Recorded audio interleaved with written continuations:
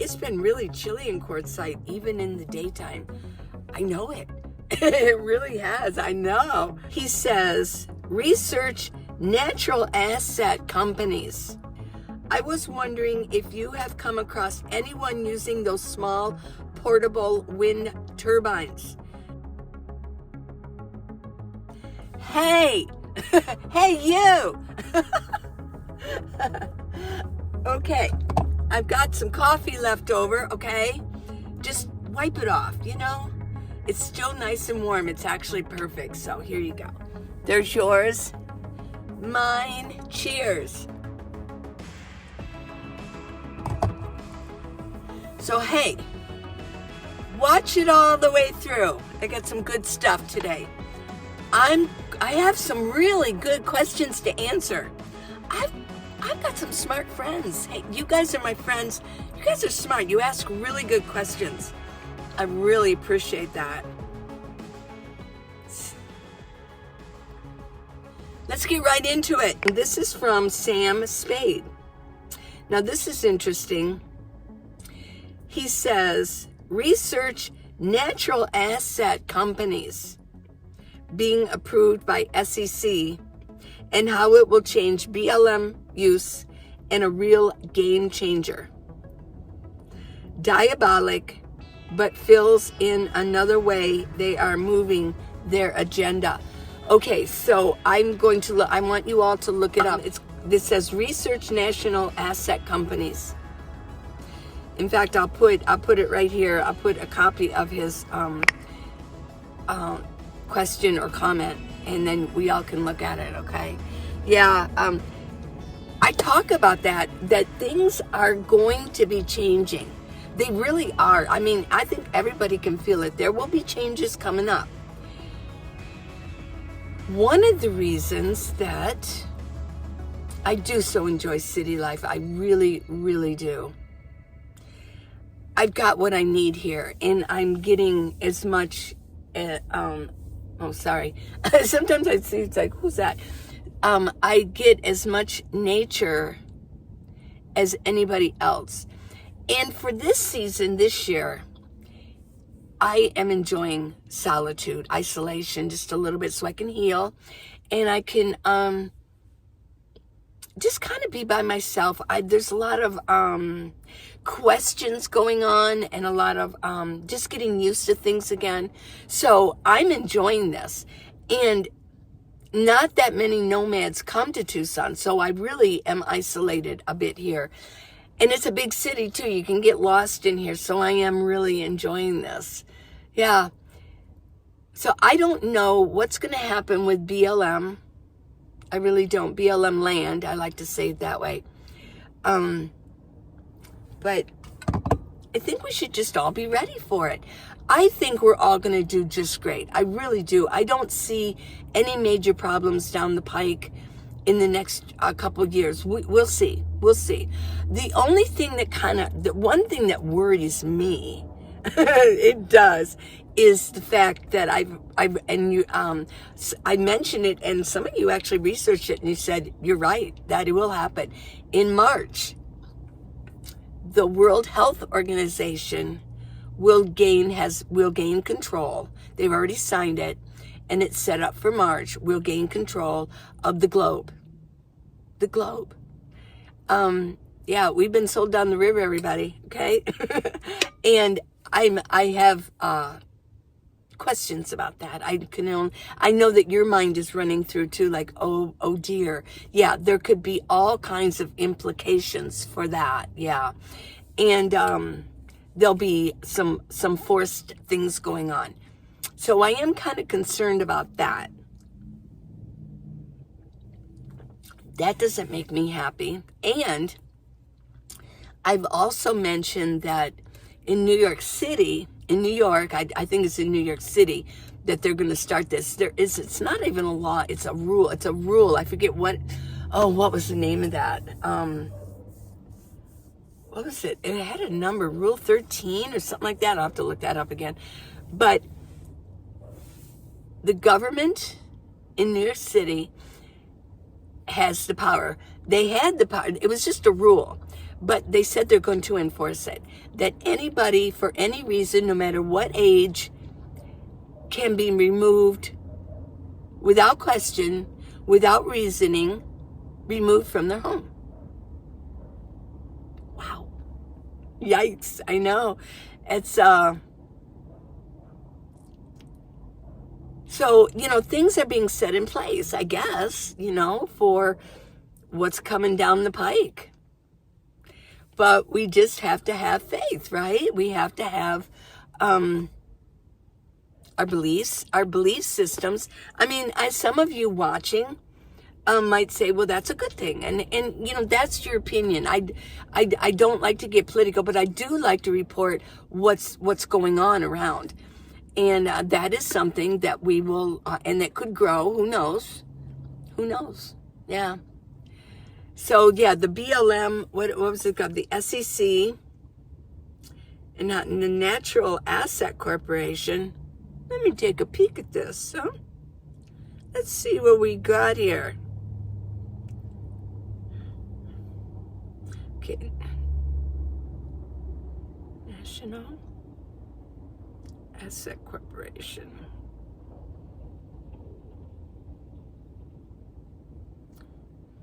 BLM, okay. What do we got?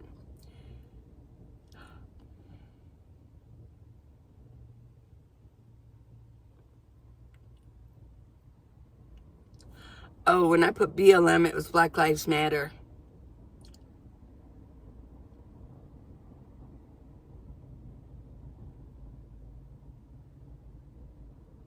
Okay, BLM LAND. That's what I always like to specify. Invest in nature. Here's might be possible with natural assets companies. Well, that makes it sound like it's a good thing, huh? So, yeah, public land statistics. Okay. I don't know what the National Asset Corporation is all about.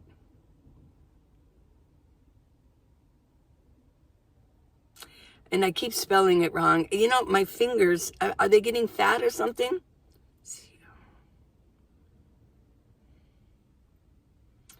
Still didn't spell it right. Beware of SEC's creation of natural asset companies. SEC poised to authorize natural asset companies.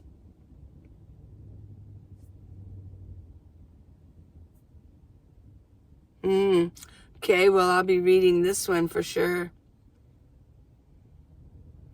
To anyone who tracks the efforts of environmentalists, their policies often have an ulterior motive.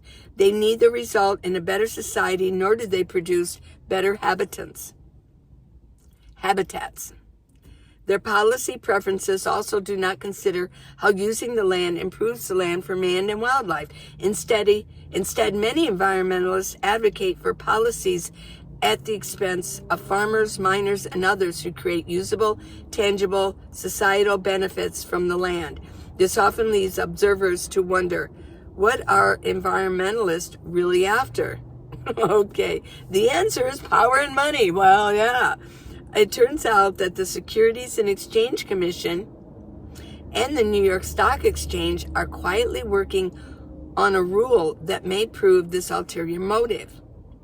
On September 29th, the SEC, at the request of the New York Stock Exchange, proposed a rule that would create an entirely new type of company called a natural asset company. According to the proposed rule, hold the rights to ecological performance. These companies would be given license to control lands. Here we go. These companies would be given license to control lands, both public and private, and would be required not to conduct any unsustainable activities, such as mining that lead to the degradation of the ecosystems. In effect, this means that these companies would somehow seek to profit off the lands without using the lands. Whatever they do, it must be sustainable. How might a company make control of the land profitable while also not using the land? The method is admittedly confusing, perhaps intentionally. They profit from ecological performance, such as conservation, restoration, or sustainable management. These NACs would qualify and monetize these natural outputs, such as air or water. The best comparison would be using the air we breathe as a cryptocurrency of sorts. And these natural assets that collectively belong to all of us would now belong to corporations run by what many would call environmental special interest.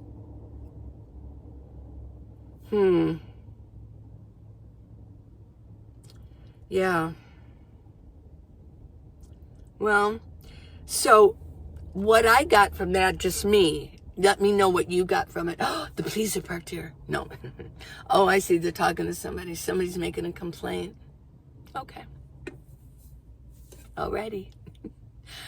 None of my business. Okay, so what I got from that is that if they are going to control like some of the public lands, maybe taking it away from the, it wouldn't be called BLM, the Bureau of Land Management, they'd be taking it away from them. They could. I mean, nothing is forever. We think, oh, BLM land, BLM land. It could be, now it would be Natural Assets Corporations, NAC, NAC land. Right. Okay, so what could happen is they would say, well, we want this to be sustainable. Nobody can be on it. They control it. I don't know. I'm not saying that's what's going to happen, but that's what I read from it so far. I'll do some more. Let's do some research and let's put it in here. Okay. I think I'll visit it tomorrow too, and we'll talk about it. Okay. I'm going to do a little bit more reading. Thank you for that. Thank you so much for that.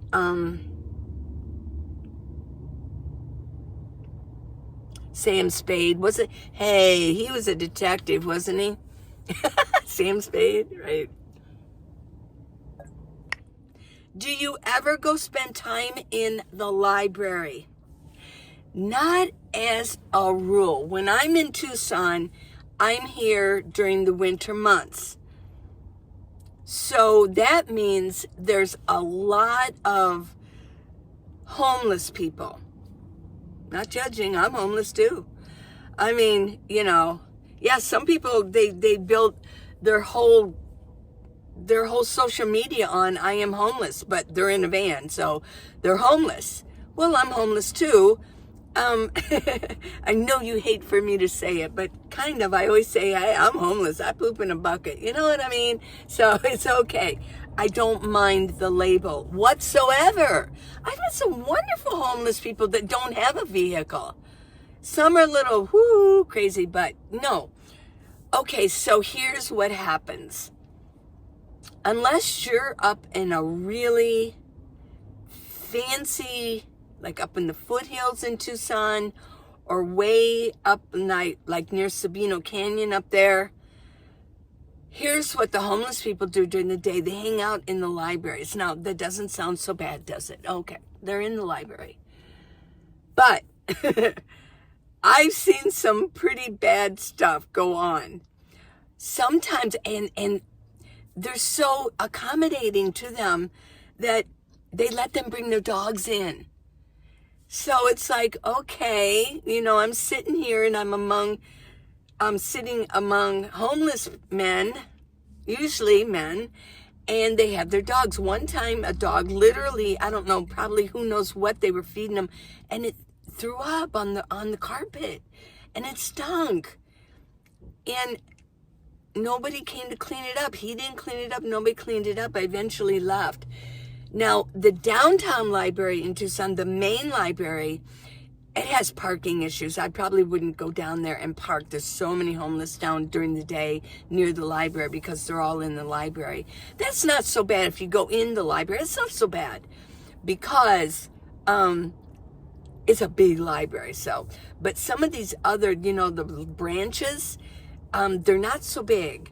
And yeah, you're dealing with sitting beside somebody who might, I'm not judging, but that's why. That's why. I just feel like it's just a little uncomfortable for me sometimes. Although I haven't this year yet. So that's one of the reasons why. Tucson is like number 4 for homelessness in the country. That might be a little bit too high. Maybe number 6, but that's still pretty high. I think LA, most, the largest ones are like in San Francisco, Los Angeles. Yeah. Those are big ones. Okay, next. Oh, and that was from Sherry Brogier. Okay. Next, we have from An Eclectic Mind. Okay. She says, hello, Lee. Congrats on through 30,000 subscribers. Thank you all. That's really congratulations to you all. I was wondering if you have come across anyone using those small portable wind turbines that you can change powers, that you can charge power stations with. Okay. I was thinking if it is storming or just plain ucky out and there isn't sun, it may be windy enough to create power and keep your power supply up and running on blah days. Just curious if it is worth the investment. Well, the only thing I know about the portable wind turbines are from I saw a few years ago on Bob Wells and his channel, Cheap RV Living. And the one fella, he had a lot of solar. He was interviewing somebody, I think he was his Bob Wells friend, and they were talking about solar, and then he did mention the wind. He didn't really go for the wind. I can't imagine that. Well, first of all, I would have to carry the equipment with me, okay? And I do a lot of city stuff, so yeah, that might be kind of weird. If I was out boondocking, I'm usually in Arizona, and all you have to do is wait. This is how I would handle it. I would not get a wind turbine. I wouldn't do it. I think it's probably something I have to carry. I have to get it up high enough. I have to hook it onto my minivan, but I will look into it more. And, let me know what you think if you know anything about that, everybody. All you smart people out there. So, but here's how I would handle that. First of all, if I'm in a city, I would probably, and I was literally running out, I'd go stay in a hotel. Or I would drop them off at my daughter's. That might be a better way, but a hotel's pretty cool too. If it was that bad, I'd probably want to go take a nice hot bath and watch TV for a day or something, just power everything up. And I don't spend more than $100 on a hotel room. But yeah, I could drop it off at my daughter's. But I also I'm doing pretty good. I'm doing pretty good with my power. I also have my 300 watt Jackery Plus. And that's in my storage. I could go pick that up. That's it. It's at 100%. I don't carry it with me. I leave it there. And I could go pick that up and use it. Yeah. So, that's a really good question. If I was out boondocking all the time, I just don't know how reliable they are. I really don't. Good question, though. Okay, this is from Barb Mark. It's been really chilly in Quartzsite, even in the daytime. I know it. It really has. I know. It's cold everywhere. So you really do have to dress warm. You have to have warm clothes. I mentioned that quite a bit all through about Quartzsite. I have mentioned you have to have proper clothing, just like wintertime. Yeah. So here's my thinking, okay? Okay, here's from Minivan Lee's perspective. Okay, I'm in the city. It's cold. I could be boondocking in Quartzsite. It's cold. Well, I'm here. There's all kinds of places I can go. In Quartzsite, you're a little limited. You're a little limited for sure. I mean, yeah, you can go eat in a restaurant. I could here too. But there's a lot of other places I can go.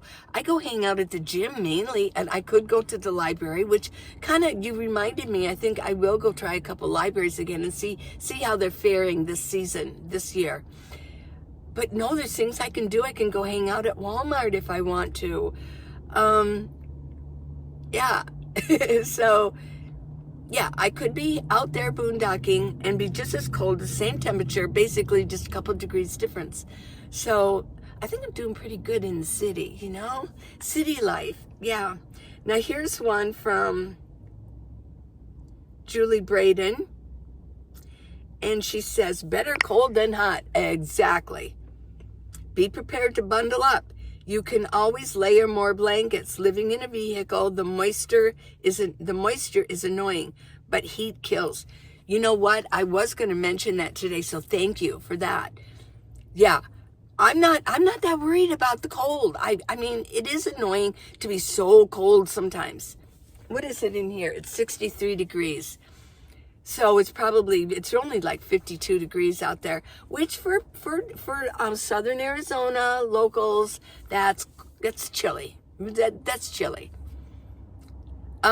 Because we're just not used to it. Your body has to get used to that. So I say, I know that this is only temporary.